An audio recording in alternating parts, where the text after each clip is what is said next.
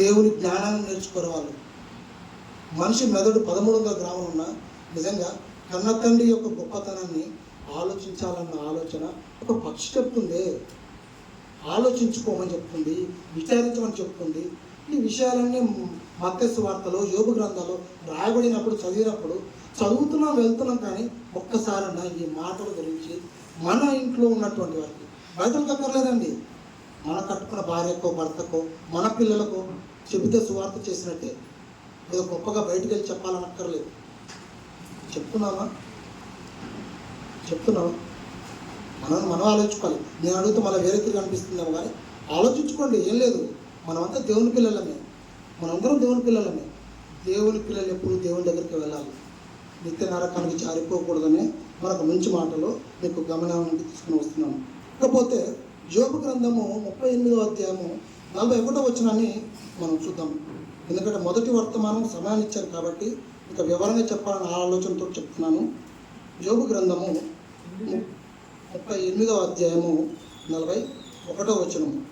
తిండి లేక తిరుగులాడుచు కాకి పిల్లలు దేవునికి మొరపెట్టినప్పుడు కాకి ఆహారం సిద్ధపరచువాడు ఎవడు? ఒక్కసారి కాకిని గురించి ఆలోచించండి. నిజంగా కాకి చూడగానే మనిషి అనుకునేది ఏంటో చూసారా? కాకి కలిసిందంటే ఎవరు వస్తున్నారు రా బాబు మన ఇంటికంటారు. అవునా? చుట్టాలు. ఇంకొక విచిత్రం ఏంటంటే, ఇక మీకు ఈ విషయాలు బాగా తెలుసు కాబట్టి చెప్తున్నాను. అరచేతులు దురద పుట్టింది అనుకోండి, ఏమనిపిస్తుంది? వదిలే పని ఉంది ఈరోజు, ఏదో బాగా డబ్బులు ఖర్చు అవుతాయి అనిపిస్తుంది. ఇంకా బాగా చెప్పాలంటే కాళ్ళలో దురద పుట్టింది అనుకోండి, ఏమనిపిస్తుంది? అమ్మ ఈరోజు ఎక్కడికి ప్రయాణం ఉందిరా బాబు మనకి, ఎందుకంటే కాళ్ళలో దురద పుడుతుందండి. అంటే మనిషి ఆలోచన ఎక్కడ దాకా ఉంటుందంటే, చేతిలో దురద పుట్టినా, కాళ్ళలో దురద పుట్టినా, కాకి అరుస్తున్నా, మన ఇంటికి ఎవరు వస్తున్నారంట. కాకి కూడా సువార్త చేస్తుందండి. ఓ మాట చెప్పనా, కాకి కావు అంటే ఈ లోకం నీది కాదు అని, అసలు ఇక్కడ ఉన్నోళ్ళు నువ్వు వాళ్ళకి కారు అని, అసలు నువ్వు ఇక్కడ కానే కావని ఎంత చెప్పినా వినము, అర్థం చేసుకో మనం. ఇంకా చెప్పిన మాట అద్భుతమైన మాట. యోబు గ్రంథం 38:41 చెప్పిన మాట ఏంటో తెలుసా? చూడండి, మరొకసారి చూడండి ఆ మాట.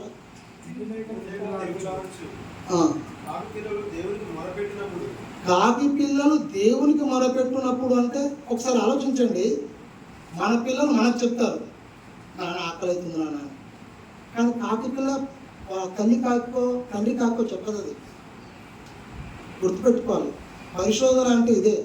ఏదో అనుకుంటున్నారేమో, బాగా ఆలోచించుకోండి. కాకి పిల్లకి ఆకలి అయితే తల్లి కాకికో తండ్రి కాకికో చెప్పట్లేదు. అది ఎవరు చెప్తుంది? దేవుడికి చెప్తుంది. అవునా? మరి దేవుని పిల్లలు అంటే మనం ఏం చెప్తున్నాము?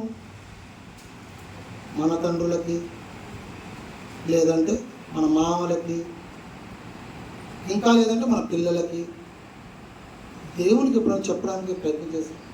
ఒకసారి ఆలోచించుకోండి. అంటే పక్షులు సువార్త చేస్తున్నా సైతము మనకి దేవుని మాటలు, దేవుని గొప్పతనము తెలియట్లేదు. ఓకే, ఇవన్నీ చెప్తూ ఎందుకు చెప్తున్నానంటే, ఈ విషయాలు ఎవరికి తెలియలేదో తెలుసా? శాస్త్రవేత్తలుగా చెప్తున్నటువంటి వారికి ఎవరికి ఇప్పటి వరకు తెలియలేదు. నిజంగా ఈ మాటలు తెలుసుకోవాలని మరి ఎంత ప్రయత్నించినా ఇప్పటికి కూడా ఆర్నిథాలజీకి కూడా తెలియలేదు. ఏంటో తెలుసా? పక్షుల యొక్క గొప్పతనం. చదువుతున్నారు కదా, డబ్బులు తాగలేసో, అప్పులు చేసో, పొలాలు తాకట్టు పెట్టో, ఇల్లు తాకట్టు పెట్టో, ఈ లోకపు జ్ఞానాన్ని నేర్చుకోవాలని చేసినా కూడా ఆర్నిథాలజీ కూడా తెలియదు. కానీ దేవుని జ్ఞానంలో ఉన్నటువంటి దేవుడు మనందరి కొరకు యోబు గ్రంథాలలో, మత్తయి సువార్తలో ఇంత గొప్పటి విషయాలు రాయించడం జరిగింది. చూడండి, మరి మనం ఇంతకుముందు చదువుతున్న మాట ఏంటి? సంఖ్యాకాండము 11వ అధ్యాయం 31వ వచనంలో, ఒక గొప్ప గాలి బయలుదేరి సముద్రంలో నుండి పూరేలను రప్పించి బాలమునకు అటు ఇటు పడవేసి దినమంతా ప్రయాణం చేసినా కూడా అంత దూరం ఉంటూ 2 మూరల ఎత్తు పూరేలను పడవేశాడు అన్నాడు కదా.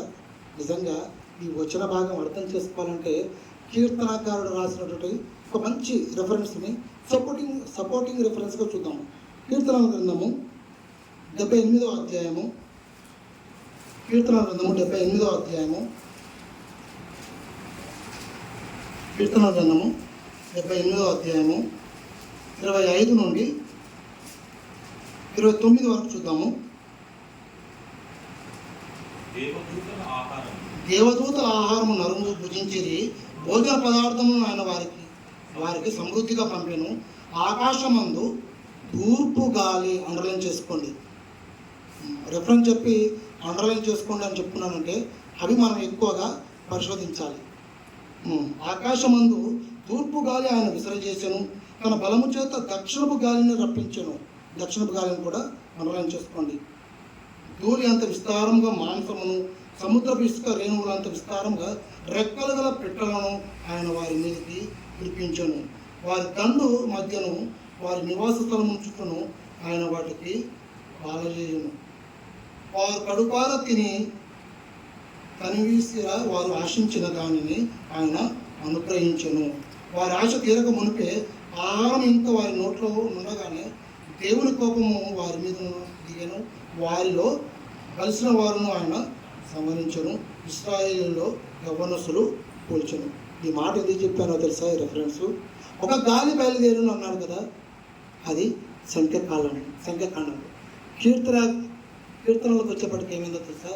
తూర్పు గాలి అన్నాడు, ఇంకొకటి దక్షిణపు గాలి అన్నాడు. ఈ రోజున ఆలోచించారండి?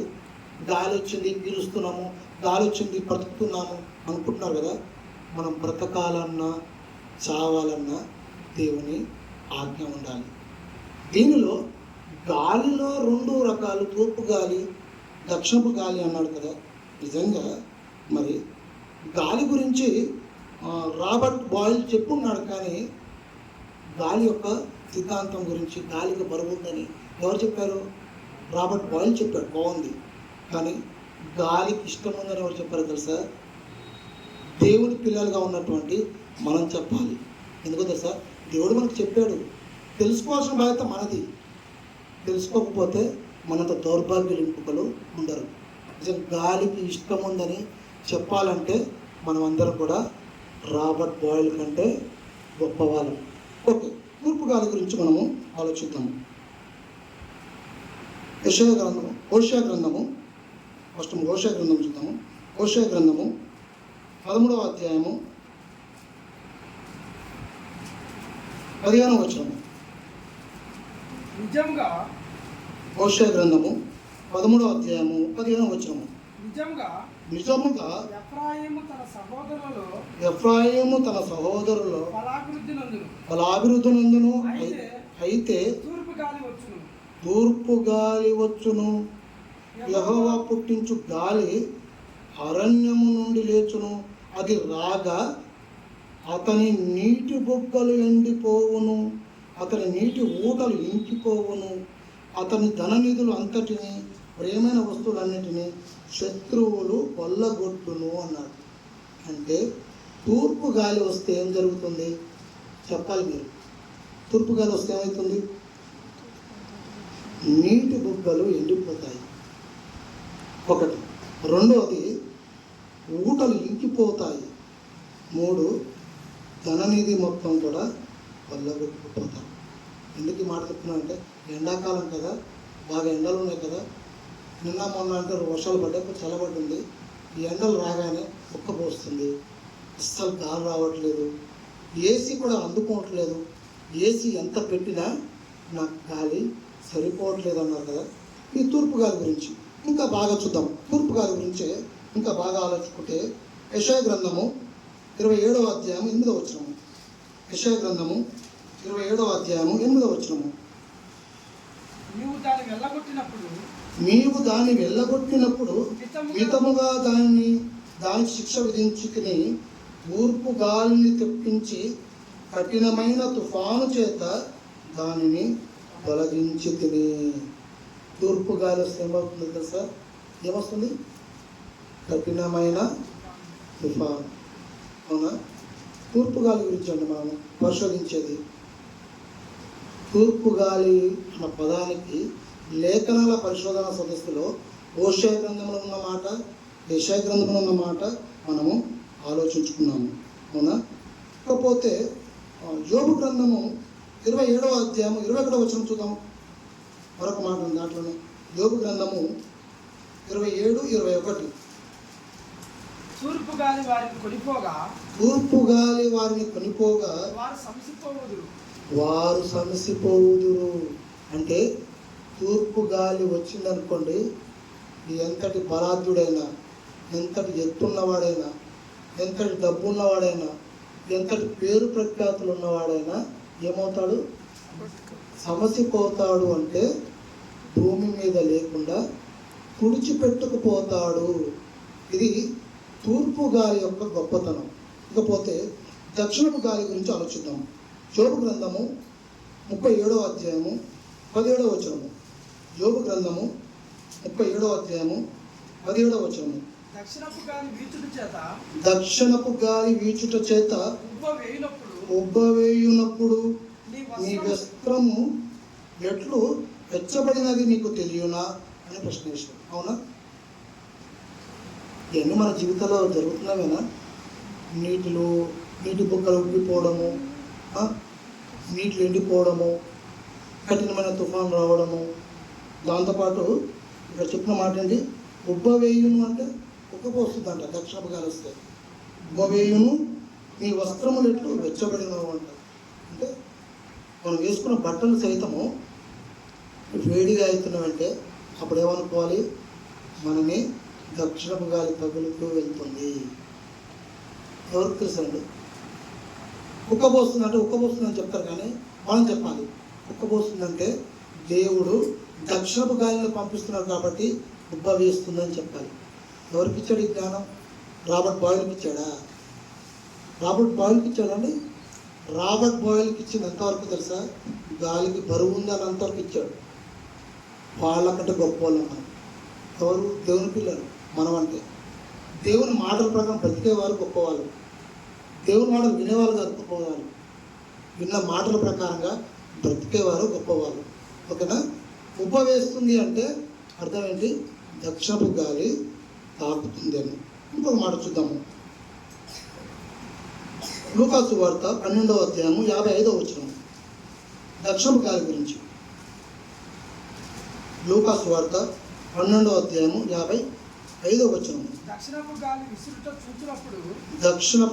విసురుట చూచినప్పుడు వడగాలి కొట్టునని చెప్పుదురు అన్నాడు. ఎందుకు ఈ మాట చెప్పానంటే, ఓకే, లూకా సువార్త 12వ అధ్యాయం 55వ వచనంలో వడగాలి కొట్టునని చెప్పుదురు అన్నారు కదా. మీకు లైవ్ ఎగ్జాంపుల్ చెప్పాలి కాబట్టి ఒక చిన్న ఇన్సిడెంట్ చెప్తాను. గడిచిన కొద్ది రోజుల క్రితము ఎలక్షన్స్ అయినాయి. నాకు తెలిసినప్పుడు మీ అందరికీ ఎలక్షన్స్ అయ్యాయి కదా. ఈ ఎలక్షన్ డ్యూటీ కోసము చాలామంది గవర్నమెంట్ ఉద్యోగస్తులని, టీచర్లని ఎలక్షన్స్ ముందు ట్రైనింగ్ కోసం పిలిచారు ట్రైనింగ్ కోసం. స్కూళ్ళలో వాళ్ళకి ట్రైనింగ్స్ ఇవ్వడం జరిగింది. ఒక టీచర్ ఎవరైతే పేపర్ చదివారో, ఎవరైతే న్యూస్ విన్నారో వాళ్ళకి బాగా తెలుసు. టీచర్ ఏమైందో తెలుసా? ట్రైనింగ్కి వెళ్ళి ఎండదెబ్బ తగిలి చనిపోయింది. విన్నారు ఎవరన్నా? ఎందుకంటే దక్షిణపు గాలి వడదెబ్బ తగిలి. ఎండాకాలం ఎండదెబ్బ తగిలిందండి. కర్బూజా నీళ్ళు తాగుదాం, వాటర్ మిలన్ తాగుదాం, ఇవే చూస్తారు. కానీ దేవుని గొప్పతనాన్ని తెలుసుకోవాలన్నప్పుడు నిజంగా ఇదంతా ఎందుకు పరిశోధిస్తున్నామో తెలుసా? అక్కడ ఇశ్రాయేలు ఏడ్చారు కదా, వారి పూరేలను రప్పియాలన్నారు కదా, ఒక గాలి బయలుదేరింది అన్నారు కదా. ఆ ఒక గాలిలో తూర్పు గాలి, పడమడు గాలి అన్నారు కదా. ఈ తూర్పు గాలి, పడమడు గాలి వచ్చినప్పుడు వాటి యొక్క లక్షణాలని ఒక్కొక్క గాలికి 3 రెఫరెన్సులు ఇచ్చాడు కదా. వాటి లక్షణాలని ఆ విధంగా బయలుదేరినప్పుడు సముద్రం లోపల ఉన్నట్టు పూరేళ్ళు వచ్చి పాలకు అటు ఇటు పడిపోయాయంట. ఒక దినమంతా ప్రయాణం చేసేంత దూరం వెళ్ళిందంట. ఒక 2-3 నాటి ఎత్తుందంట. ఒకసారి ఆలోచించుకోండి. గాలికి అంత గొప్పతనం ఇచ్చాడు నిజంగా.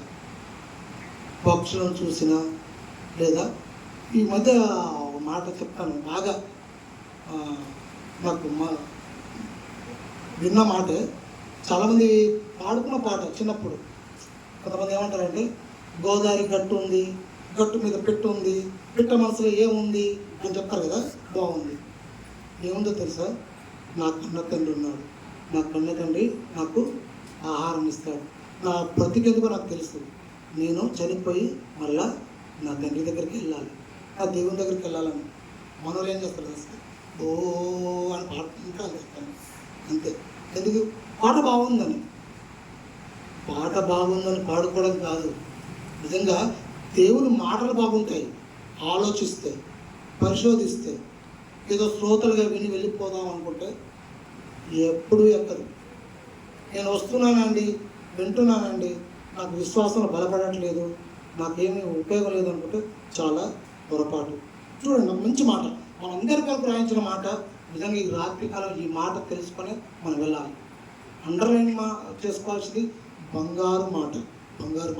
రోమీలకు రాసిన పత్రిక 14వ అధ్యాయము, రోమీలకు రాసిన పత్రిక 14వ అధ్యాయము 6-7 వచనాలు.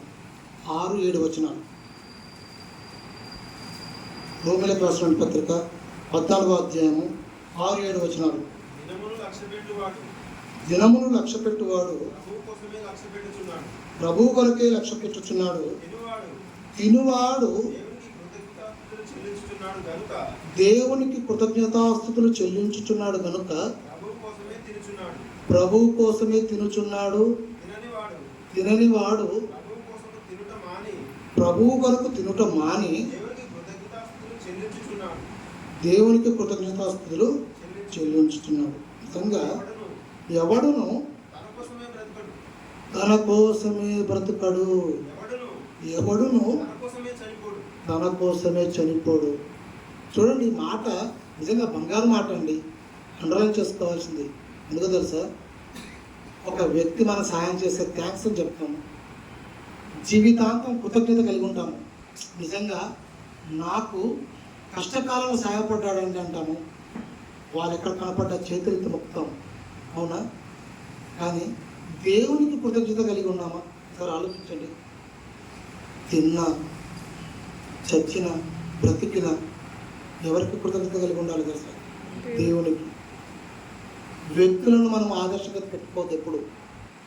ఒక వ్యక్తి నాకు రోల్ మోడల్ అన్నాం అనుకోండి, నువ్వు అపవాది చేతులు ఆయుధంగా మారి పాతాళానికి జారిపోవడానికి సిద్ధంగా ఉన్నావని అర్థం చేసుకోవాలి. రోల్ మోడల్ ఎవరిని పెట్టుకోవాలి తెలుసా? పెట్టుకుంటే మన అన్నైనట్టు యేసుక్రీస్తు ప్రభువుని పెట్టుకోవాలి, లేదంటే మనందరికీ జన్మనిచ్చి జీవాన్నిస్తున్న కన్న తండ్రిని పెట్టుకోవాలి. ఆయనని మించి ఎవరిని పెట్టుకున్నా ఖచ్చితంగా అపవాది చేతిలో ఉన్నట్టే, అపవాదికి ఆయుధంగా మారినట్టే. లోకంలో ధనాపేక్ష వద్దు, అధికారం వద్దు, మాంసాహారం వద్దు. ఎందుకండి? తినకపోయినా, బ్రతికిన, చచ్చిన ఎవరికి కృతజ్ఞత కలిగి ఉండాలి? దేవునికి కృతజ్ఞత కలిగి ఉండాలి. అలా బ్రతకాలండి. నిజంగా మనం చదువుకున్న మాట చాలాసార్లు మత్తయి సువార్తలో ఒక మాట ఉంటుంది కదా, 10వ అధ్యాయం 28వ వచనము. ఒకసారి చూసి ముగించేసుకుందాము. మత్తయి సువార్త 10వ అధ్యాయము 28వ వచనము. మరియు ఆత్మను చంపనేరక దేహమును చంపువానికి భయపడు, కానీ ఆత్మను దేహమును కూడా నరకంలో నశింపచేయగల వానికి మిక్కిలి భయపడు అన్నాడు. అంటే ఎవరికి భయపడాలో తెలుసా? దేవునికే భయపడాలి. తండ్రి సెలవిస్తేనే నేను బ్రతుకున్నా అండి, మిగతా వాళ్ళందరూ కూడా చోటు పెట్టండి. నా కన్న తండ్రి సెలవిస్తే నేను బ్రతుకున్నా. నా కన్న తండ్రి నాకు సెలవేయలేదనుకో ఈ క్షణాన్ని వెళ్ళిపోతా. అయినా దేవునికి కృతజ్ఞత కలిగి ఉండాలి. చావు ఎప్పుడు వస్తే ఎవరికి తెలియదండి. అనుకుంటాం కదా, సమయాన్ని బట్టి, సందర్భాన్ని బట్టి మాటలు ఇటు మార్చి అటు తిప్పి మాట్లాడడంలో మనుషుల కంటే గొప్పలు ఎవరు ఉండరు. కానీ దేవుని పిల్లలంత గొప్పవాళ్ళు మరెవరు లేరు అని చెప్పాలంటే మనం బ్రతకాలి దేవుని మాటల ప్రకారం. మనం బ్రతికితేనే నిజంగా చచ్చినా బ్రతికినా దేవునికి మహిమ తెచ్చేటట్టుగా బ్రతకాలి. మనం చూస్తే అరే ఆ బ్రదర్ నిజంగా చాలా మంచోడు ఉండేరా అని చెప్పుకోవాలి. ఆయన మాట్లాడినా సూటిగా మాట్లాడతాడురా అని, ఏది చెప్పినా నిర్మమాటంగా చెప్తాడు అన్న. ఎవరు మనుషులు మొక్కు పొందాలను లేదా ఎవరు గొప్పలు చేసుకోవాలను చేసుకుంటే దేవుడు ఎప్పుడో ఒకసారి తీసేస్తాడు. అందుకే మనని ఆత్మను శరీరాన్ని రెండింటిని చంపేవాడికి ఎక్కువ మిక్కిలి భయపడాలి. బ్రతికున్నా చచ్చిపోయినా ఆయనకే బ్రతికుండాలి. పువ్వును చూసామనుకోండి, ఏంటండి ఇన్ని రకాల పువ్వులు, అసలు ఎందుకు వచ్చింది ఈ కలర్ పువ్వుకి, ఇంత అందంగా ఎందుకు ఉంది? ఒక గులాబీని చూసినప్పుడు రావాలి, ఒక మల్లెపూను చూసినప్పుడు రావాలి, ఒక జాస్మిన్, మనం ఏమంటారు పూలలో చాలా రకాలు ఉన్నాయి కదా, ఆ ఏ పువ్వును చూసినా మనకు ఏం గుర్తు రావాలి? కోసుకొని తల్ల పెట్టుకోవాలనేది కాదు. ఎక్కడ ఇచ్చాడండి అందం? ఎక్కడిచ్చాడండి? మనకే కావాలి అందం అందం అనుకుంటాం. పువ్వులలో అందం ఎవరిచ్చారు? పక్షులు, రంగురంగుల పక్షులు, రెక్కలు, వాటి చిన్న చిన్న కాళ్ళు, చిన్న ముక్కు, చిన్న కళ్ళు, కాళ్ళు, చిన్న మెదడు.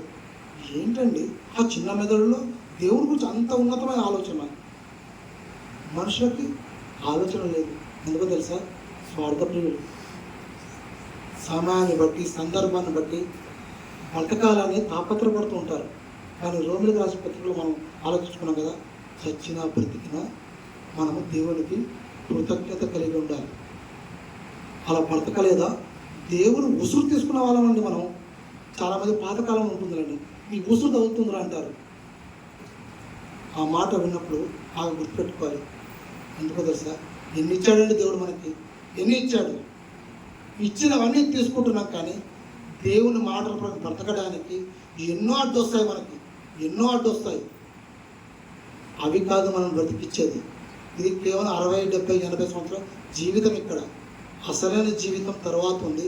అసలైన జీవితం, నిత్య జీవితం పరలోకంలో దేవునితో పాటు ఉండాలంటే ఇక్కడ ఎవరు మెప్పులో ఎవరు గొప్పలో మనం చూసుకోకుండా వాక్య ప్రకారంగా ఒకనాడు పూరేళ్ళను ఎలాగైతే తెప్పించాడో దేవుడు, ప్రతి ఒక్కరికి దేవుడు తగిన కాలమందు ప్రతిదీ సమకూరుస్తాడు. ఇంకో విషయం చెప్పమంటారా? ఒక చిన్న మాట చెప్తాను ముగింపులో.